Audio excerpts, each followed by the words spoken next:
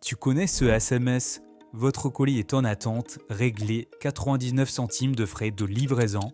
Et le piège, il est pas là où tu crois. Ce qui les intéresse, ce n'est pas tes 99 centimes, c'est bien pire. Je vais te montrer exactement ce qu'ils veulent faire, comment repérer ce faux SMS en 2 secondes et surtout quoi faire si tu as déjà cliqué. Reste bien jusqu'à la fin, c'est plus simple que ça en a l'air. Commençons par le plus utile, comment repérer ce faux SMS à chaque fois. Alors il y a toujours les mêmes signaux. Signal numéro 1, un sentiment d'urgence. Vous avez des derniers avis ou votre colis va être retourné, des choses de ce genre. On veut te faire agir vite sans réfléchir. Signal numéro 2, un petit montant. Ici c'est 99 centimes, ça peut être aussi 1,99 €. C'est justement calculé pour que tu te dises « Bon, c'est rien, je paye ». Signal numéro 3, et c'est le plus parlant, regarde l'adresse du lien. Le vrai site Chronopost ou de la Poste, c'est leur nom, mot pour mot, .fr. Et là, tu vas avoir un truc bizarre, c'est-à-dire plein de tirets, un nom qui ressemble sans être le bon, ou une adresse en XYZ ou en je sais pas quoi. Et rappelle-toi qu'un transporteur ne te demande jamais ta carte bancaire par SMS. Non mais jamais. Donc voilà ce qu'il veut vraiment. Quand tu cliques et que tu arrives sur ce faux site là, il te demande de payer tes 99 centimes, sauf que le formulaire de paiement lui est bidon. En réalité, tu es en train de leur donner ton numéro de carte, sa date d'expiration et le code au dos. Et avec ça, deux choses arrivent. Soit ils revendent ta carte sur des marchés de pirates, où elle part pour quelques euros, soit ils mettent en place des prélèvements récurrents, notamment avec tes petits montants tous les mois que tu ne remarqueras même pas tout de suite. Certains vont même plus loin. Ils te rappellent quelques jours après en se faisant passer pour ta banque. Ils peuvent te dire un truc comme « On a détecté une fraude sur votre carte » pour te soutirer ton code de confirmation. En clair, le SMS c'est juste la porte d'entrée.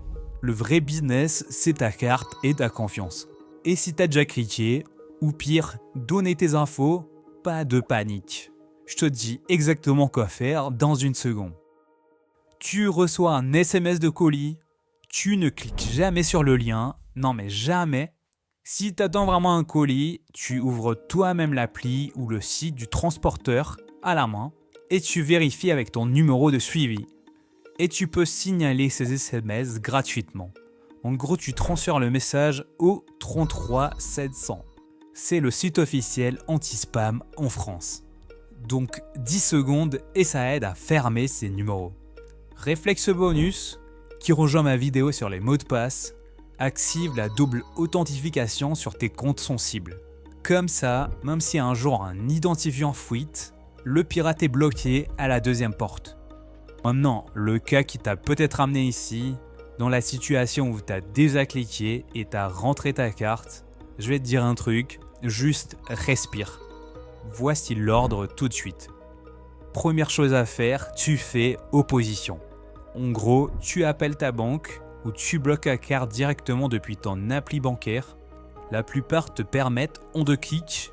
Deuxième chose à faire, c'est tu surveilles tes relevés des prochaines semaines et tu le signales directement le moindre débit que tu ne reconnais pas, même juste un tout petit. Troisième chose à faire, si tu as réutilisé le mot de passe de ce fameux site ailleurs, change-le partout où il servait. Et si ta banque t'appelle pour vérifier une fraude, méfie-toi. Raccroche et rappelle toi-même le numéro au dos de ta carte. Une vraie banque ne te demandera jamais ton code par téléphone. Donc, tout résumé, ce SMS ne veut pas tes centimes, il veut ta carte. Tu ne cliques jamais sur le lien, tu vérifies directement chez le transporteur, tu signales cet incident au 33 700 et si t'es déjà tombé dedans, c'est opposition, surveillance et tu changes tes mots de passe.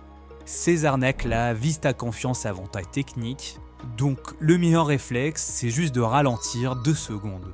Et si tu veux verrouiller ton téléphone pour qu'il t'en protège mieux, je te montre les réglages à faire dans une autre vidéo qu'on verra plus tard.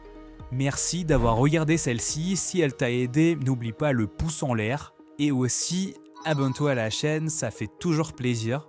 Je te dis à la prochaine.